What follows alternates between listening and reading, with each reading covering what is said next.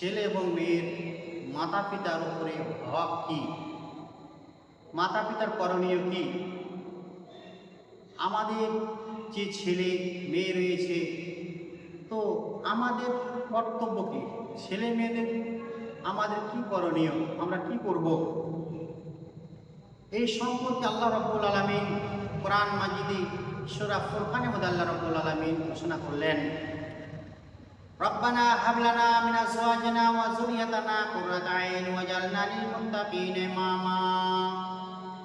আল্লাহ রাব্বুল আলামিন বলেন, যখন তোমার স্ত্রী গর্ভবতী হয়ে যাবে, প্রেগন্যান্ট হয়ে গেছে, এমন সময় তুমি আল্লাহর কাছে দোয়া করো, এই রব্বুল আলামিন আমার স্ত্রীর গর্ভ থেকে যে সন্তান হবে, যে সন্ততি হবে, এই সন্তানটা যেন পরেজগার হয়, মুত্তাকি হয়, দিনদার হয়, আল্লাহওয়ালা হয় এবং সমস্ত মুত্তাকিদের যেন ইমাম হয়ে যায়।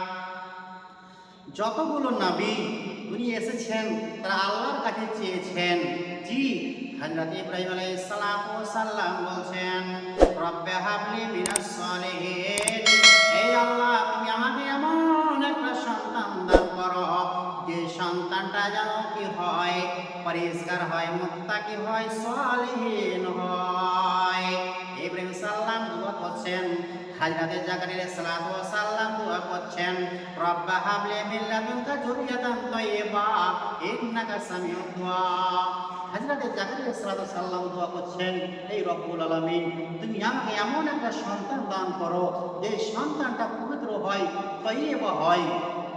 তাহলে নবীরা আল্লাহর কাছে চেয়েছেন, তাহলে আমরা আল্লাহর কাছে চাইবো যে আমার স্ত্রীর গর্ভে যে সন্তানটা হবে, সেই সন্তানটা যেন আল্লাহওয়ালা হয়, পরেজগার হয়, দিনদার হয় এবং সমস্ত মুত্তাকিদের কি হয়, ইমাম হয়। মানে সেই ছেলেটা যেন চরিত্রবান ছিল হয়, চরিত্রবান যেন মেয়ে হয়।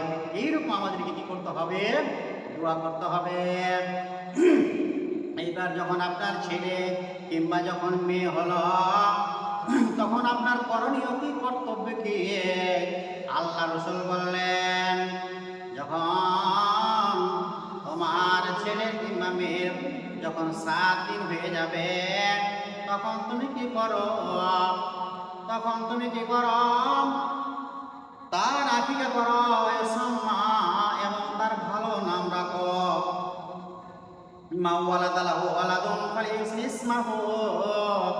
আল্লাহর নবী বললেন, তার নামটা সুন্দর রাখো।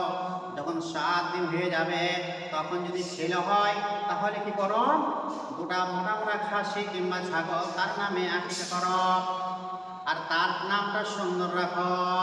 আর করবে, তার মাথার চুল নাড়া করে, মানে সোনা কিংবা চাঁদি সমান ওজন করে সেটাকে সাদকা করে দিতে হবে, ফকির মিসকিনকে দান করে দিতে হবে।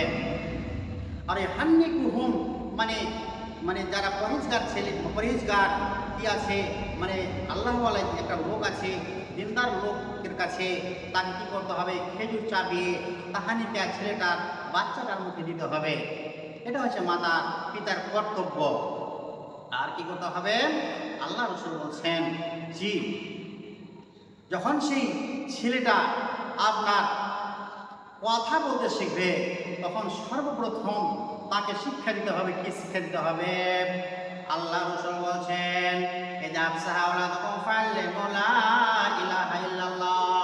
যখন ছেলেটা কথা বলতে শিখবে, কথা বলবে, আল্লাহ রাসূল বলবেন সর্বপ্রথম ওই বাচ্চাটাকে শেখাবে লা ইলাহা ইল্লাল্লাহ। বাচ্চাটা যখন আ আ আ করবে, আপনি বলেন, বলো ছেলে লা ইলাহা ইল্লাল্লাহ।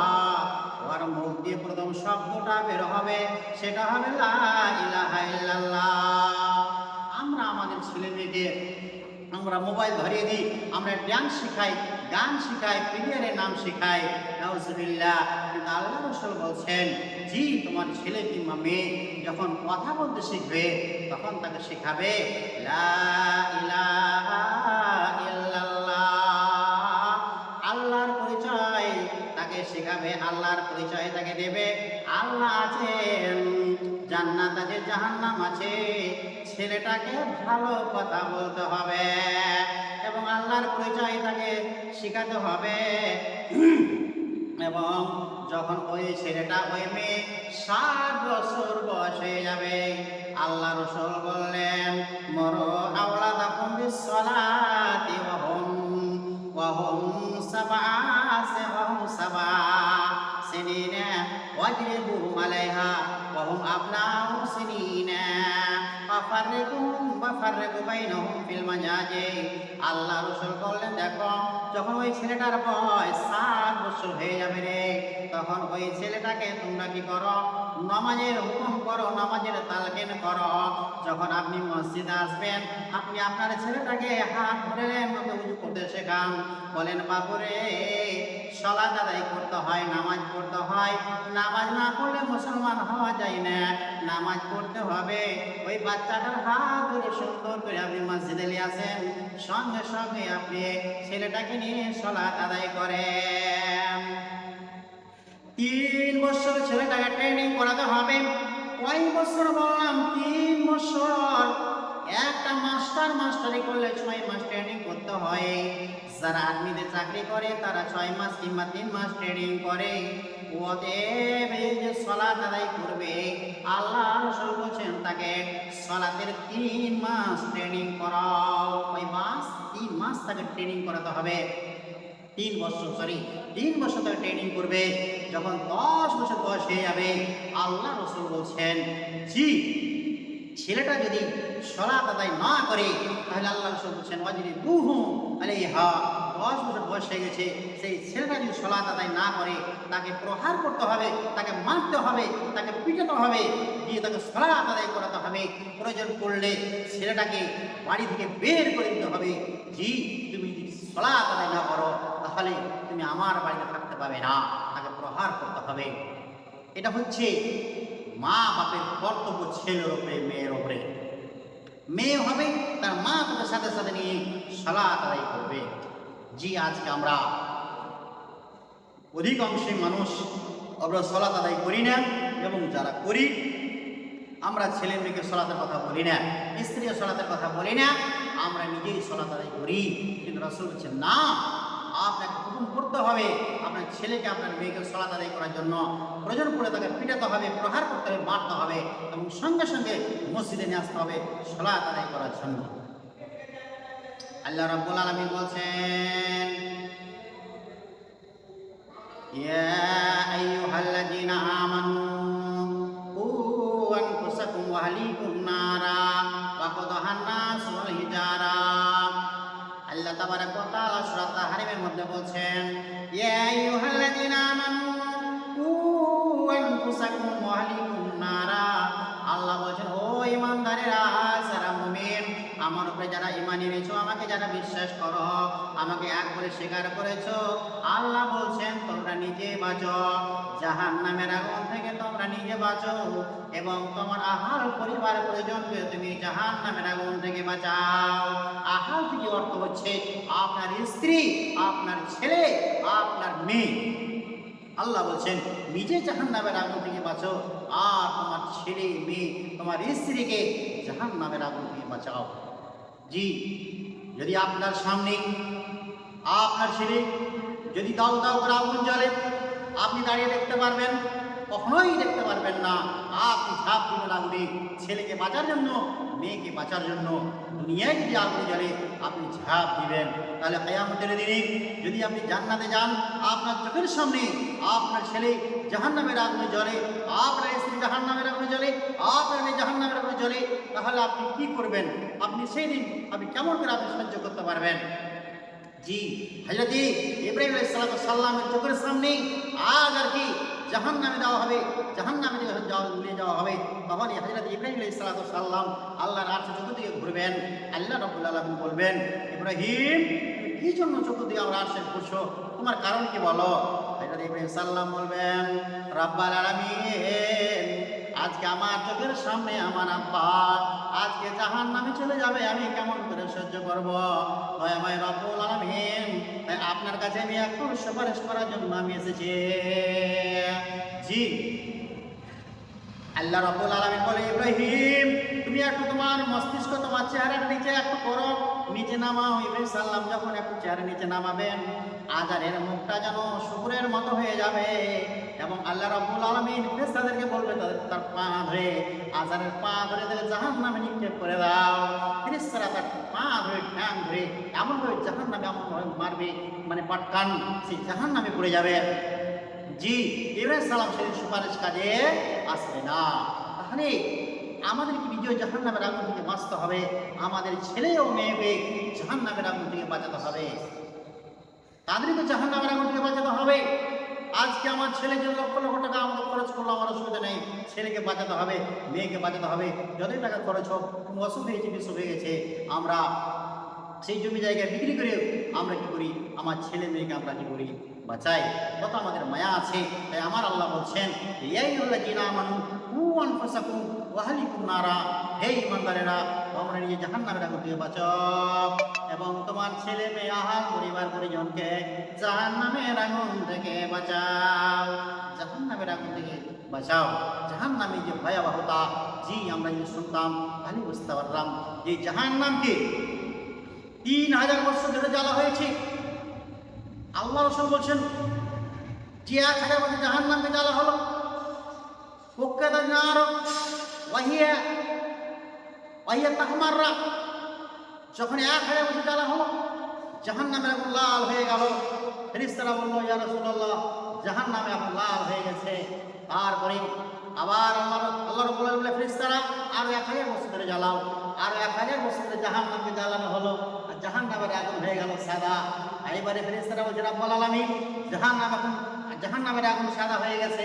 আল্লাহ রাব্বুল আলামিন বললেন, আরো 1000 বছর ধরে জ্বালাও। এবারে ওহিয়া আসওয়ারাত, জাহান্নামের আগুন কি হয়ে গেল, কালো হয়ে গেল। এইভাবে জাহান্নামকে 3000 বছর ধরে জ্বালানো হয়েছে। জি, দুনিয়ার আগুন চাইতে 69 গুণ তেজ এই জাহান্নামের আগুনে। আপনার চোখের সামনে আপনার ছেলে, আপনার মেয়ে জাহান্নামের আগুনে জ্বলবে, আপনি সেদিন কি করে দেখবেন? তাই আমার আল্লাহ বলছেন, ইয়া আইয়ুহাল্লাযীনা আমানু কু আনফুসাকুম ওয়া আহলিকুম নারা ওয়াকুদুহান নাস ওয়াল হিজারা। আল্লাহ বলেন, ওরে ঈমানদারেরা, যারা আমার উপরে ঈমান নিয়ে এসেছো, তোমরা তোমার ছেলে মেয়ে আহাল পরিবার পরিজনকে জাহান্নামের আগুন থেকে বাঁচাও, জাহান্নামের আগুন থেকে বাঁচাও। তাহলে আমাদেরকে জাহান্নামের আগুন থেকে আমাদের ছেলে মেয়েকে যদি বাঁচাতে হয়, তাহলে তাদেরকে সলাতের কথা বলতে হবে, তাদেরকে পর্দার কথা বলতে হবে, ভালো উপদেশ তাদেরকে দিতে হবে এবং তাদেরকে ভালো কথা বলতে হবে। জি, আল্লাহ তাবারাক ওয়া তাআলা রাসূল বলেন, আলা কুল্লুকুম রাইন ওয়া কুল্লুকুম মাসউলুন আন রাইয়াতিহি ওয়া হুয়া মাসউলুন আন রাইয়াতিহি। আল-ইমামু আলান নাস রাইন ওয়া হুয়া মাসউলুন আন রাইয়াতিহি ওয়া রাজুলু রাইন আলা আহলি বাইতিহি ওয়া হুয়া মাসউলুন আন রাইয়াতিহি ওয়াল মারাতু রাইয়াতুন আলা আহলি বাইতি জাওজিহা ওয়া হিয়া মাসউলাতুন আনহুম। আল-আবদু রাজুলু আলা মালি সাইয়্যিদিহি ওয়া হুয়া মাসউলুন আন রাইয়াতিহি। আফালা কুল্লুকুম রাইন ওয়া কুল্লুকুম মাসউলুন। রাওয়াহু মুত্তাফাকুন আলাইহি। আল্লাহ রাসূল বলছেন, আলা কুল্লুকুম রাইন ওয়া কুল্লুকুম মাসউলুন আন রাইয়াতিহি। আল্লাহ রাব্বুল আলামিন যতগুলি প্রতিনিধি আছে, আপনার প্রধানমন্ত্রী থেকে নিয়ে আপনার যতগুলি মানে আপনার কি আছে, গার্জেন আছে, দায়িত্বশীল আছে, প্রত্যেকটা দায়িত্বশীলকে আল্লাহ রাব্বুল আলামিন জিজ্ঞাসাবাদ করবেন। জি, আল-ইমামু আলান নাস রাইন।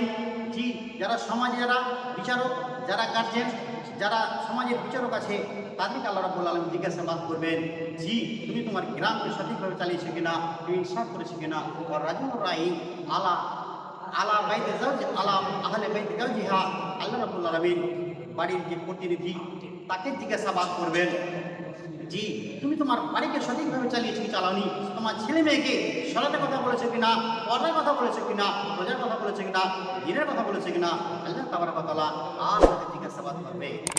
এবারে আপনার বাড়িতে কর্তা, যে আপনার বাড়ি, যে আপনার স্ত্রী, তাকে জিজ্ঞাসাবাদ করা হবে যে তুমি তোমার মেয়েকে, তোমার ছেলেকে সঠিকভাবে পর্দার কথা বলেছে কিনা, সলাতের কথা বলেছে কিনা, এবারে তাকে সঠিক উপদেশ দিয়েছে কিনা। আল্লাহ রাব্বুল আলামিন জিজ্ঞাসাবাদ করবে।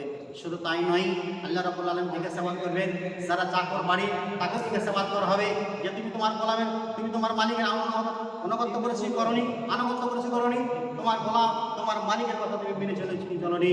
আলা আকুল্লুকুম রাইন ওয়া কুল্লু মাসনুন আন রায়াতিহি, সমস্ত একটা শিল্পী আল্লাহ রাব্বুল আলামিন কিয়ামতের দিনে জিজ্ঞাসা করবে, ছেড়ে দেবে না। জি, তাহলে আমরা সেদিন বিচারে কাঠ ঘোরাতে গিয়ে আমাদেরকে জবাবদাহি করতে হবে। আমরা আমাদের ছেলে মেয়ে আহাল পরিবার পরিজনকে যদি আমরা সলাতের কথা না বলে থাকি, দিনের কথা যদি আমরা না বলে থাকি, জি আল্লাহ রাসূল বলছেন, জি আল্লাহ রাসূল বলছেন আলাদা মা ওয়ালাদাহু ওয়ালাদুন ফালিউসিন ইসমাহু মা ওয়ালাদাহু ওয়ালাদুন ফালিউসিন ইসমাহু আদাবা ওয়া ইদা বালাগা ফালিউসাবিজু ওয়া ইন বালাগা ফালিউসাবিজু ফাসাবা ইসমান আইন নামে সুমলা বিহে। আল্লাহ রাসূল বলছেন, দেখো যখন তোমাদের ছেলে কিংবা মেয়ে সাবালক হয়ে যাবে, বলুকিতে পৌঁছে যাবে, তখন তোমরা কি করো, মানে তাদের বিবাহ শাদী দিয়ে দাও, তাদের বিবাহ দিয়ে দাও। আর যদি বিবাহ না দাও, আর যদি কোনো পাপের কাজ করে, কোনো অবৈধ কাজ করে, তাহলে সেখানে কি হবে, মানে সেই গুনাহ বাপের উপরে চলে যাবে, বাপের সমস্ত গুনাহ চলে যাবে। তাহলে আমাদের মেয়েরা সাবালিক হয়ে গেলে আমাদেরকে বিবাহ দিয়ে দিতে হবে। ছেলে সাবালক হয়ে গেছে, ছেলেদের কি করতে হবে, বিবাহ দিয়ে দিতে হবে। যদি তারা যদি গোপনে কোনো পাপ করে, তাহলে মা বাবার কাছে চলে আসবে। এবং মাতা পিতারও কর্তব্য হচ্ছে, জি ছেলে মেয়েকে দ্বীনের শিক্ষা, উপযুক্ত শিক্ষা দিতে হবে। এবং আল্লাহ রাব্বুল আলামিন বলছেন, জি তালাবুল ইলমি ফারিজাতুন আলা কুল্লি মুসলিম, প্রত্যেক নর এবং নারীর উপরে দ্বীনের শিক্ষা করা অপরিহার্য, ফরজ। আপনাকে শিক্ষা দিতেই হবে। আপনার ছেলে মেয়েকে দ্বীনের শিক্ষা যদি আপনি না দেন, তাহলে আপনি গুনাহগার হয়ে যাবেন। বিচারের কাঠে আপনাকে জবাবদাহি করতে হবে। আল্লাহ রাসূল বলছেন, খাইরুকুম মান তাআল্লামাল কুরআনা ওয়া আল্লামাহু, যারা যদি শিখলো অপরকে শেখালো, তারাই হচ্ছে উত্তম। তাহলে আমাদেরকে দ্বীনের শিক্ষা আমাদের ছেলে মেয়েকে দিতে হবে, যে এটা হচ্ছে ফরজ। এই রাসূল বলছেন, তালাবুল ইলমি ফারিজাতুন আলা কুল্লি মুসলিম, প্রত্যেক নর এবং নারীর উপরে দ্বীনের শিক্ষা করা ফরজ। মানে প্রত্যেক গার্জেনের উচিত এবং কর্তব্য নিজের ছেলে মেয়েকে দ্বীনের উপযুক্ত শিক্ষা দেওয়া। আমাদেরকে দ্বীনের শিক্ষা দিতে হবে, নাহলে আমরা গুনাহগার হয়ে যাব। বিচারের কাঠ ধরাতে আমাদের কী করতে হবে, জবাবদাহি করতে হবে। সম্মানিত উপস্থিতি, তাহলে আমাদের ছেলে মেয়েকে উপযুক্ত আমরা দ্বীনের শিক্ষা দেবো। আল্লাহ রাসূল বলছেন, লাইসাল কুরআনু ফি জাওফিহি কাল বাইতুল খারাব, যার মধ্যে দ্বীনের শিক্ষা নাই, কোরআনের আলো নাই, দ্বীনের গান নাই, তার ভিতরে হচ্ছে কি অন্ধকার ঘর, তার ভিতরে অন্ধকার ঘর, সেই খোলা ময়দান। অতএব আমাদেরকে দ্বীনের শিক্ষা দিতে হবে। এটা হচ্ছে ছেলে মেয়ের উপরে, মানে ছেলে মেয়ের মাতা পিতার হক এবং কর্তব্য।